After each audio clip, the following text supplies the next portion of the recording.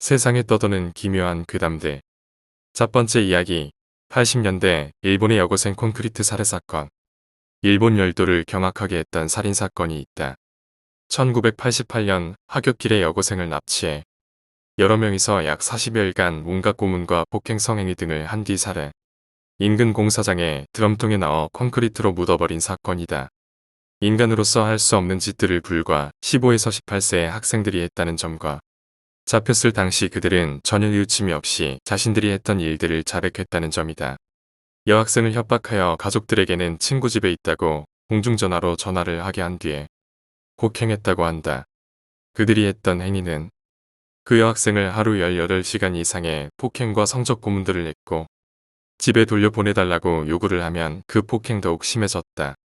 그 여학생은 신고를 시도한 적이 있으나 발각되어 전화가 끊긴 뒤 역탐지하여 다시 걸려온 경찰의 전화에 장난 전화였다면 무마시켰다. 그 뒤 그 여학생은 무자비한 폭행을 당해야 했고 신고에 엄두조차 내지 못하였다. 그 여학생에게 가했던 것들은 실로 인간으로서 혀를 내두를 정도였다.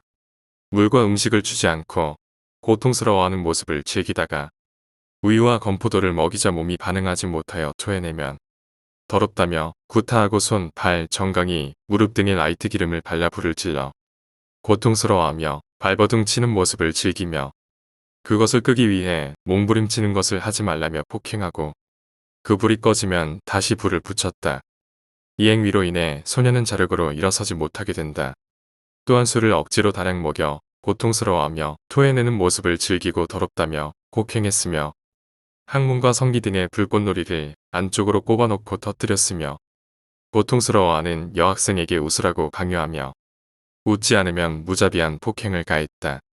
부검 당시 소녀의 대장과 자국 및 질벽에 심각한 화상을 입고 있었다고 한다. 여기서 끝이 아니고 소녀의 안면을 구타해 몸높이까지 부어오른 볼과 눈 부분에 촛농으로 양초를 고정해 놓고 성경험이 없던 소녀의 성기와 항문에 온갖 이물질과 벌레 등을 삽입하였으며 심지어 페트병까지 넣었다. 소녀의 부검 당시 안면부도 형체를 알아볼 수 없을 만큼 손상되어 있었다. 성기와 항문 부분은 더욱 심각했다고 한다. 여학생은 그들의 요구에 알몸으로 춤과 노래를 해야 했고 미친 짓을 해보라는 등 엽기적인 것들을 시켰다. 혹한기의 베란다에 알몸으로 쫓아내 여러 개의 담배를 한꺼번에 피우게 하였으며 그때마다 웃지 않으면 폭행을 가했다. 폭행을 가하다가 넘어진 소녀가 카세트에 머리를 부딪혀 경련을 일으키자 이를 꾀병이라며 6kg짜리 철화령을 복부에 던졌다. 하지만 소녀가 반응을 안자 몸에 기름을 발라 불을 붙였다. 이후 소녀가 반응을 보이자 불을 끈 뒤 2시간 가까이 폭행을 가했다. 소녀는 자신이 배설한 소변, 대변 심지어 맞아서 나온 피까지 먹어야 했고 소년들은 자신들의 손을 더럽히지 않기 위해 손과 발에 비닐봉지를 씌우고 무자비한 폭행을 가했다. 소년들은 자신의 죄를 뉘우치기는커녕 자신의 집에 재미있는 것이 있다며 주변인들에게 자랑하며 다녔고 이 사실을 아는 소년들의 주변인은 100여 명으로 추정하고 있으며 이 중 10여 명은 직접 폭행, 강간에 관여하였다. 소년 씨의 부모들도 여학생이 2층에 있는 것은 알았지만 소년 씨가 두려워 이를 묵살했고 이 정도일 줄은 몰랐다고 진술하였다.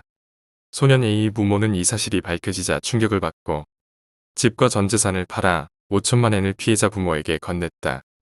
하지만 피해자의 모친은 사건 내용에 충격을 받고 정신과 치료를 받아야만 했다. 서건이 들춰진 건 사건 발생 4개월 뒤인 평성원년 1989년 3월 29일에 밝혀졌다. 내리마 소년감별소에서 아야세 경찰서 수사관이 1988년 11월에 있었던 강간, 절도 등에 의해 소년감별소로 보내진 소년 A를 조사하던 중 담당 형사가 무심코 너 사람을 죽이면 안 되잖아 라는 질문에 다른 3명이 자백했다고 착각하여 모든 사건 내용을 자백했다. 담당 형사는 당초의 강간, 절도건의 조사를 미루고 반신반의한 채 자백 내용에 도쿄 코토쿠 와카스 15번지 해변공원 정비공장 현장터로 향했다. 현장에는 드럼통 1개만 널려 있었으며 드럼통의 콘크리트 틈새에서 썩는 냄새가 진동하고 있어 경찰은 305kg 정도의 드럼통을 크레인으로 매달아 올려 경찰서로 가지고 갔다. 다음날 오후 경찰서 내에서 콘크리트를 해체. 안에는 보스턴백에 채워진 이불 2장에 쌓여있는 여자의 시체가 들어있었으며 사후 2개월 이상 경과에 부패가 진행되고 있어 상태가 나빴다.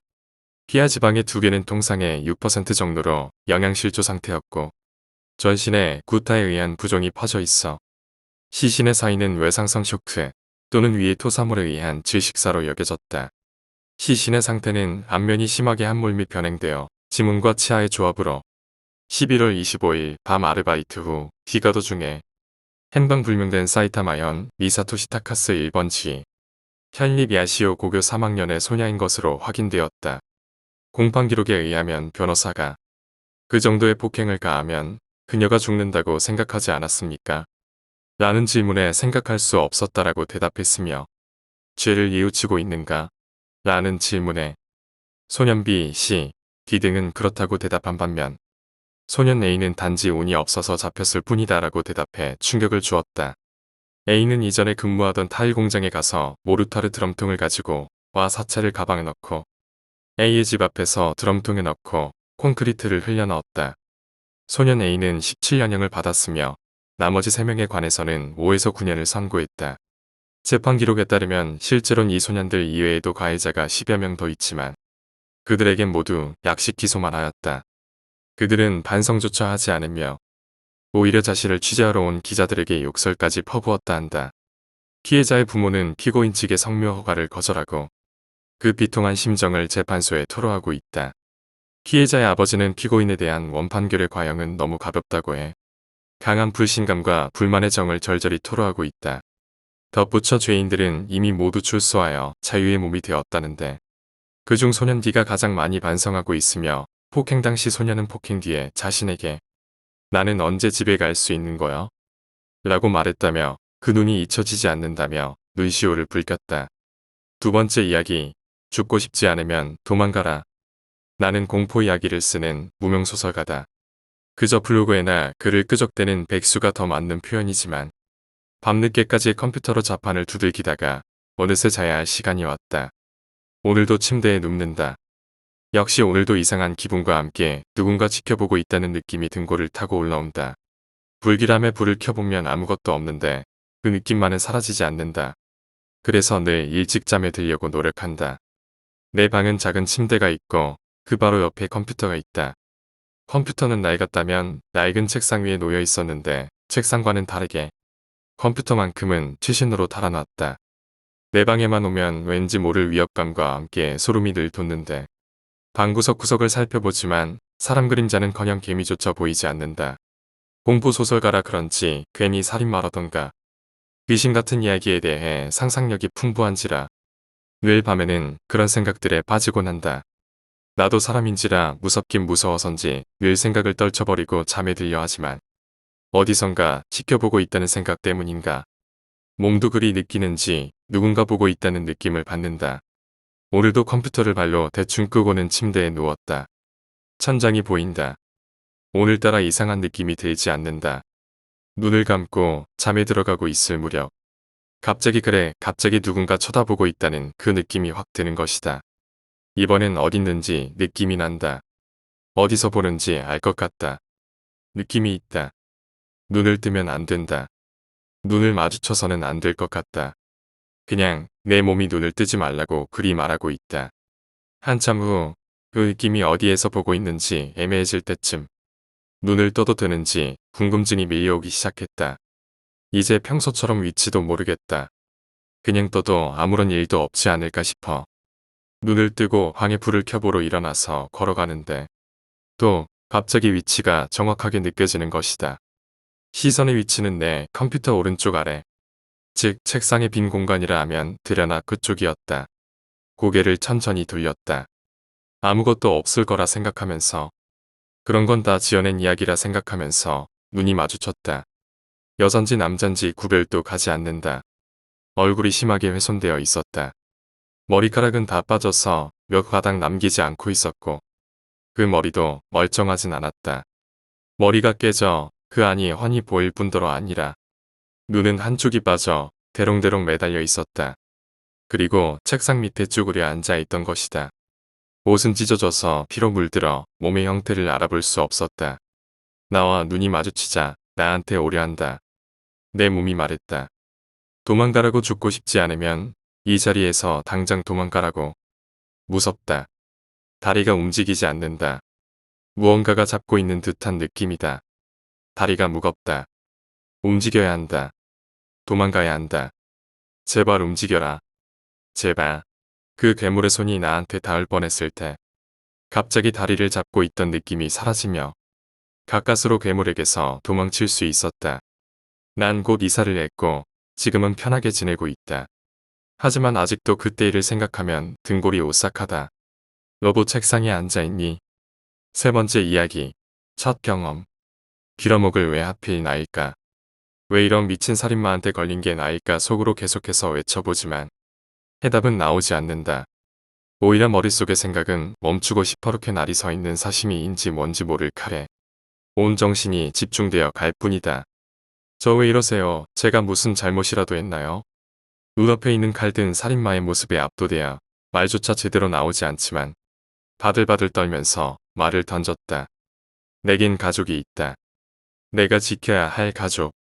내가 없으면 생계를 꾸리기 힘든 내가 필요한 가족. 나는 무조건 살아야 한다. 제발 강도 이길 하나님 제발 교회도 잘 안 나갔지만 제발 속으로 끊임없이 기도를 하던 도중 살인마의 입에서 말이 떨어진다. 아니에요. 그쪽이 무슨 잘못이 있겠어요. 잘못이 있다면 이런 골목으로 들어온 잘못이겠죠. 시발 대체 뭐라는 거야 강도인지 아니면 미친 살인마인지 구분이 안 간다. 그런데 어두운 골목에서 잘 보이지는 않더라도 초점이 흐려진 저 눈빛을 보면 강도일 거란 일말의 희망은 조금씩 사라져간다. 저 돈이 필요하시면 집값 드릴 테니까 저는 보내주시면 안 될까요? 살아야 한다. 제발 강도여라 제발. 나지막이 속으로 외치며 희망을 던져본다.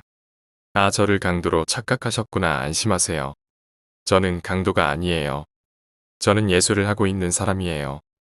이상한 사람이 아니랍니다. 이런 님이 예술은 무슨 딱 봐도 미친 사이코 같구먼이란 생각이 머릿속에 나야 당연하겠지만 죽을지도 모른다는 상황은 내게 일말의 희망을 던져준다. 행위 예술가. 그래 행위 예술일 거야. 그래서 사시미를 들고 다니는 거겠지. 그래 예술가들은 약간씩 사이코 기질이 있다고들 하잖아. 죽을 걸 아는지 모르는지 낚시꾼의 떡밥을 물어버리는 물고기처럼 희망적인 소망에 매달리고 만다. 그러면 저는 상관없겠네요. 저는 가도 되죠. 분명히 앞에서 저 사이코가 이런 골목으로 들어온 게 잘못이라고 했음에도 불구하고 그런 건 기억나지도 않는다. 아니, 기억하지 않는다는 말이 맞을 것이다. 침을 꿀꺽 삼키는 소리만 나고 두 명 모두 정적에 빠진 지 10초 정도가 지났을까. 사이코가 입을 열었다. 어떻게 하죠? 저는 행위 예술가라서요. 이런 시발 행위 예술가라서 뭐 어쩌라고라고 외치고 싶었지만 뭔가가 그 말을 명치 밑까지 밀어넣는다. 그래 저 사람은 역시 행위 예술가야. 나에게 뭔가 행위를 할 때 도움을 달라는 거겠지. 억지로 긴장감을 풀고 다시 남자에게 말을 던진다. 아 그럼 제 도움이 필요하신 건가요? 간단한 말이지만 결정적인 말이다. 목으로 꿀꺽하고 넘어가는 침소리만 또렷이 들린다. 네. 저는 당신의 몸이 필요해요. 몸을 빌려주시겠어요? 보름달이다.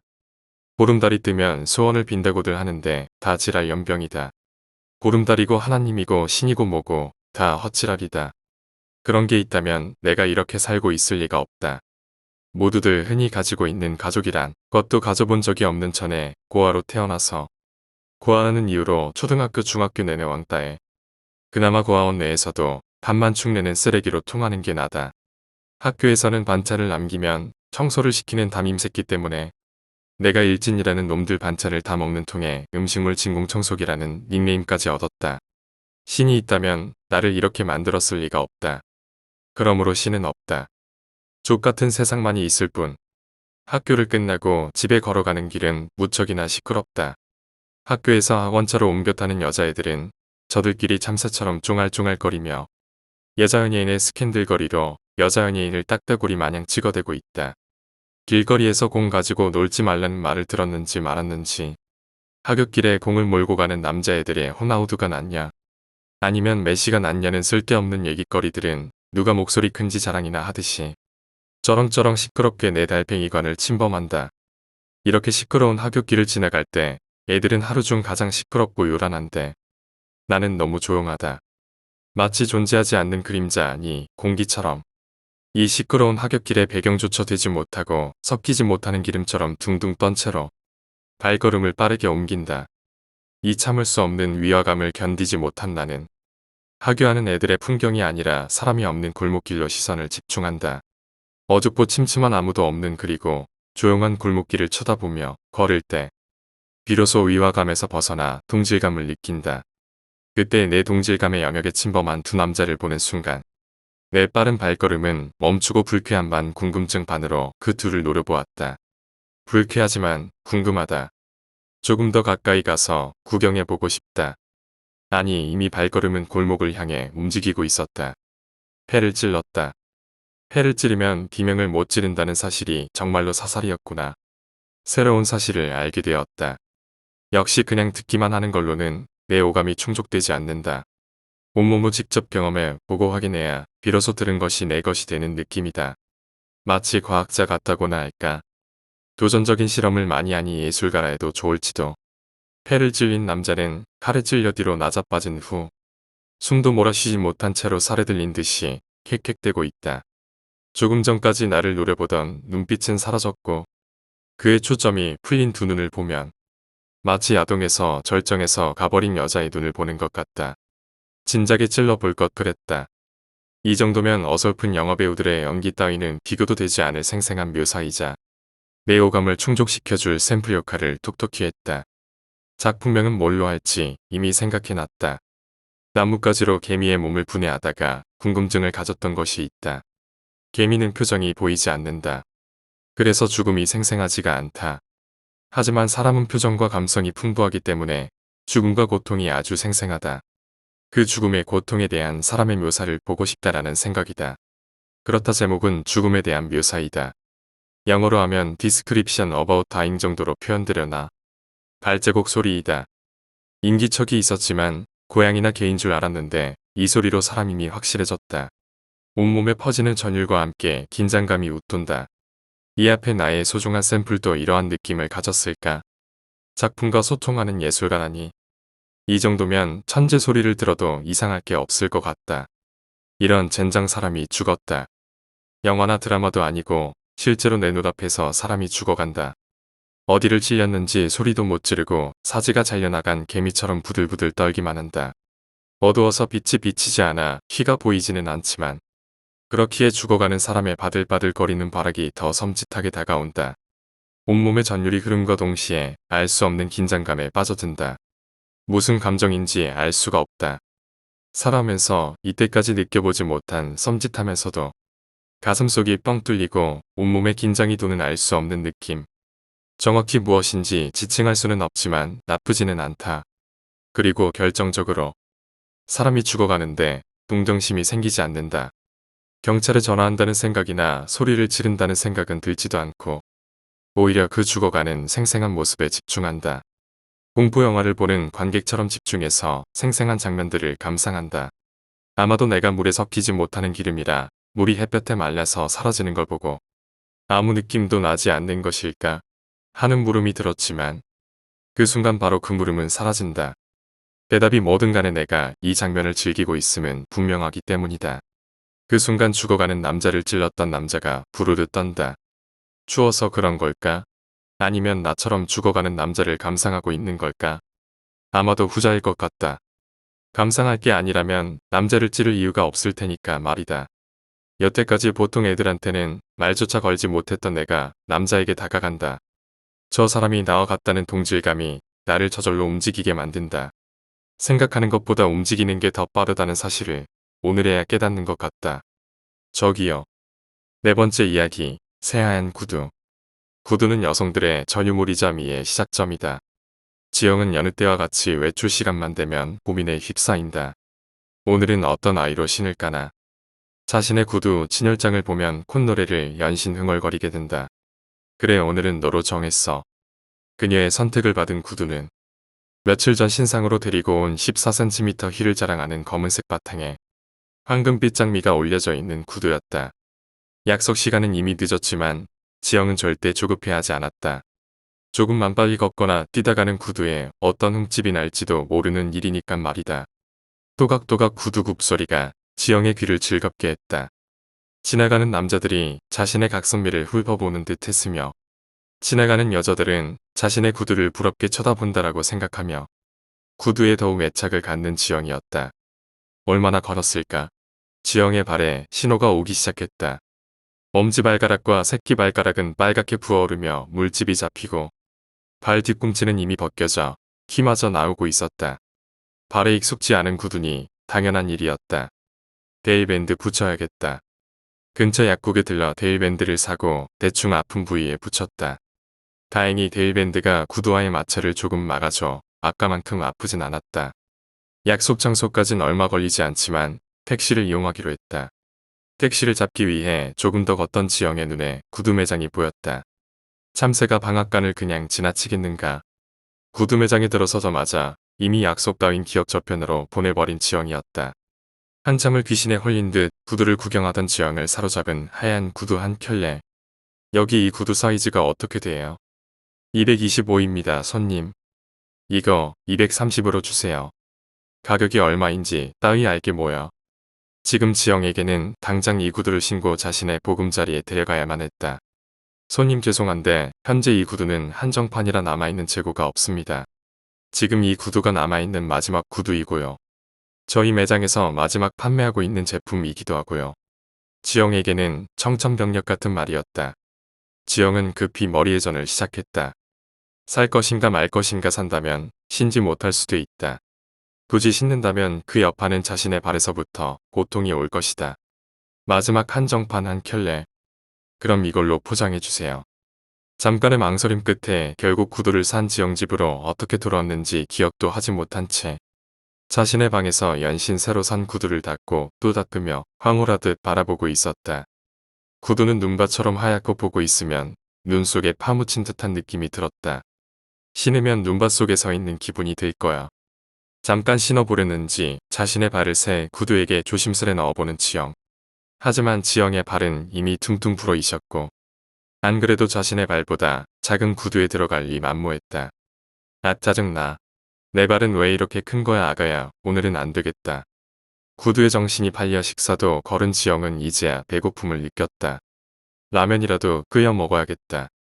침대에서 방바닥으로 발을 내딛는 순간 발에서 찢어지는 고통의 지영은 자신도 모르게 신음했다. 아까 물집 잡힌 게 터져 퓨어 고름이 발을 뒤덮고 있었고 여태 관심 없던 자신의 발이 기이한 모양으로 휘어있는 것을 확인한 지영은 다급히 구조대에 전화를 했다.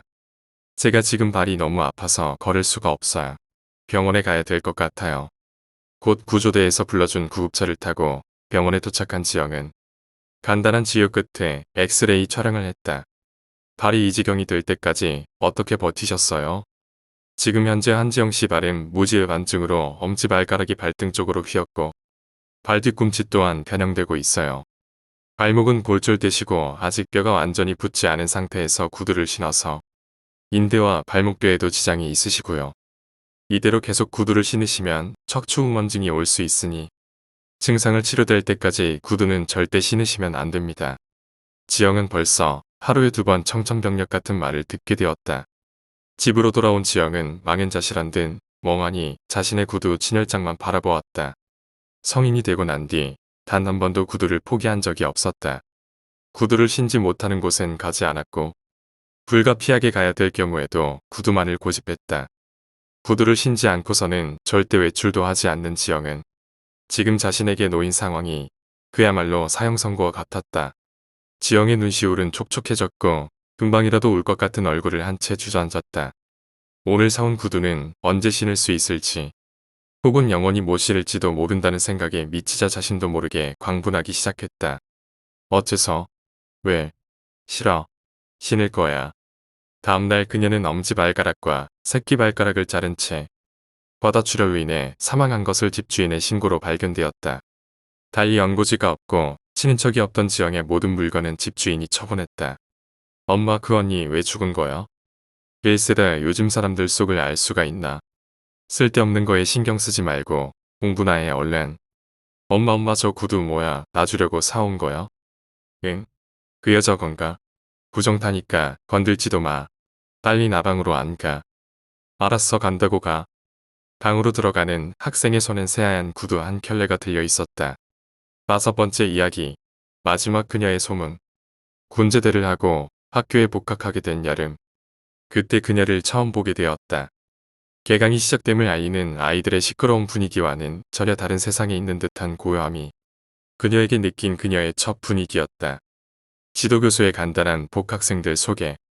소개할 것도 없이 앞으로 나가 간단히 통성매만 하면 되는 것이었다. 인사와 동시에 나도 모르게 그녀에게 눈이 갔고 그녀와 눈이 마주치는 순간 세상은 흑백. 오직 그녀만 컬러인 듯한 느낌을 받았고 나도 모르게 이름 대신에 연신 어버버만 거리다 자리에 앉은 대학생활 중 가장 부끄럽지만 가장 황홀했던 기억을 남겼다. 그녀는 하얗고 투명한 피부 짙은 쌍꺼풀에 맑고 큰 눈 오뚝한 코 작지만 달갑고 앙증맞은 입술 외모면 몸매면 몸에 어느 것 하나 빠지는 데가 없었고 그런 그녀를 더욱 돋보이게 하는 것은 다름 아닌 그녀의 분위기였다. 이 세상 것이 아닌 듯한 신비롭고 경건하기까지 한 그녀는 미 그 자체였다. 아름다움이라는 단어는 그녀에게만 허용된 단어만 같았다. 그녀를 주시한 나의 대학생활이 시작되었고 난 곧 깨달을 수 있었다. 그녀에겐 친구가 없었다. 친구뿐만 아니라 말 거는 사람조차. 심지어 교수님마저 그녀를 없는 사람 취급했으니 어째서지. 분명 존재하는 사람이고 더구나 저렇게 아름다운데. 의문이 커질수록 그녀에 대한 호기심과 관심은 점차 내 몸과 마음 그리고 머릿속까지 가득 찼다. 이러다간 정말 미칠지도 모른다는 생각까지 하게 되었다. 미친 척하고 그녀에게 말이라도 한번 걸어보기로 했다. 그녀를 주시하며 한 발 한 발 걸어갈수록 마치 추락하기 직전에 놀이기구 꼭대기 위에 있듯 손발이 저리고 심장은 금방이라도 터질 것 같이 뛰었다. 얼굴은 후끈거리며 열이 났고 목 뒤에서는 식은땀 마저 흘렀다. 그녀와의 거리가 손만 뻗으면 닿을 수 있을 만큼 가까워진 것을 깨닫는 순간 목 뒤에서부터 복숭아뼈까지 전율이 강타했고 금방이라도 기절할 듯 정신이 혼미해지고 숨이 가빠졌다. 더 이상 그녀에게 다가갈 수가 없었다. 남은 정신줄을 겨우 부여잡고 부들거리는 다리를 억지로 움직이며 그 자리를 도망치듯 벗어났다. 그 뒤로 난 다른 사람들과 마찬가지로 그녀에게 다가가지도 쳐다보지도 그녀의 존재 자체를 지우려 노력했다. 그렇게 시간이 흘렀고 그녀의 뒷모습에 동요되지 않을 때 기어코 일이 터졌다. 유독 지각에 민감한 교수님 강의에 늦을 듯해 발에 불이 난 것처럼 달리며 무심코 시계를 보다 그녀와 부딪히고 만 것이다. 그녀의 두 눈과 내 눈이 다시 한번 마주쳤다. 그전과는 비교도 안 되게 가까운 거리. 그전과는 비교도 안 되게 요동치는 내 정신. 세상의 산소가 모조리 사라진 듯 숨을 쉴 수가 없었다. 정지 모든 것이 정지된 듯 했다. 손발뿐 아니라 온몸이 사시나무 떨듯이 떨렸다. 동공이 흔들리고 있는지 내 주위 모든 것들이 원형을 그리며 흔들렸고 그녀의 입술이 들썩이는 순간 뇌를 강타하는 엄청난 충격과 함께 그대로 정신을 잃었다. 눈을 떴을 땐 병원이었고 더 이상 학교를 다닐 수도 다니고 싶지도 않아 결국 자퇴를 했다. 아니 사실은 그녀를 볼 수도 보고 싶지도 않았다. 다시 한번 그녀를 본다면 숨 막히게 아름답다. 이 말 그대로 정말 숨이 멎어버릴지도 모른다는 생각이 들었으니까. 그 후로 시간은 폭포의 물줄기처럼 빠르게 지나갔고 그녀 주위에서의 기이한 죽음들이 간간히 괴담처럼 소문으로 들을 수 있었다. 소문이 일파만파 퍼지자 그녀는 호련히 종적을 감췄다는 게 내가 들은 마지막 그녀의 소문이었다. 6번째 이야기, 무지. 한 과학자가 말했었습니다. 인간의 삶에 있어 한 가지의 선택이 한 사람의 인생을 완전히 바꿀 수 있다고 말이죠. 예를 들어 사채 빚에 쪄들어 사는 사람이 로또 한 장을 샀는데 그 로또가 1등에 당첨되면 그는 사채 빚을 모두 갚고 떵떵거리며 살 것입니다. 근데 만약 로또를 사지 않았다면 어떻게 되었을까요? 사채 빚에 쪄들어 죽거나 자살하겠죠. 여기 좀 더 현실적인 예가 있습니다. 여기 중학교 3학년 학생이 있습니다. 이제 고등학교 원서를 내야 합니다. 여기서 이 학생이 특성화 고등학교 쪽으로 지원했는데 이 학생과 특성화 쪽에서 받는 수업이 너무 잘 맞아 그 학생이 장래를 이쪽으로 결정한다면 자신이 좋아하는 일을 할 뿐만 아니라 성공도 거머쥘 수가 있죠. 근데 만약 이 학생이 인문계를 지원했다면 공부만 하다가 결국 포기하거나 아니면 흐지부지 자신의 진로를 결정하지 못하다 끝날 것입니다. 어떤가요? 선택의 힘이란 정말 놀랍지 않으신가요? 놀랍지 않다고요? 선택의 힘은 정말 놀랍습니다. 한 선택으로 한 사람의 목숨이 왔다 갔다 할 수도 있습니다. 그리고 모든 선택은 신중해야 합니다. 사소한 선택이라도 그것이 그 사람의 인생을 바꿀 수도 있기 때문이죠. 많은 사람들이 후회를 합니다. 저걸 사둘 걸, 저 짓을 하지 말 걸. 결국 모든 후회는 선택으로부터 시작됩니다. 저걸 사둘 걸이라는 후회는 저걸 사지 말아야겠다는 선택을 함으로써 일어납니다. 그리고 저 짓을 하지 말 걸이라는 후회는 저 짓을 해야겠다는 선택을 함으로써 일어납니다. 많은 범죄들은 범죄자들의 잘못된 선택으로 일어나게 됩니다. 범죄자들이 범죄를 저지르지 말아야겠다고 선택하면 범죄는 일어나지 않을 겁니다. 많은 사람들이 선택을 우습게 합니다. 자신이 후회하는 이유가 자신이 고른 선택 때문이라는 걸 왜 망각하는 걸까요? 도박하는 사람들은 선택에 정말 무지합니다. 그들은 사회 쓰레기입니다. 그들처럼 선택에 무지한 사람들은 이 사회에 필요가 없죠. 자, 이래도 선택의 힘이 놀랍지 않으신가요? 당신이 여기 왜 있을까요? 내가 납치했잖아. 제가 납치했다고요? 아닙니다. 당신이 직접 차에 타지 않으셨습니까? 그리고 당신이 여기 있는 이유는 당신의 잘못된 선택 때문입니다. 당신은 아무 생각 없이 제 부탁을 들어줘야겠다는 선택을 했습니다. 이것은 바로 당신이 선택에 대해 무지하다는 증거입니다. 그럼 안녕히 가십시오. 선택에 무지한 자요. 그런데 혹시 당신들도 선택에 무지하지 않습니까?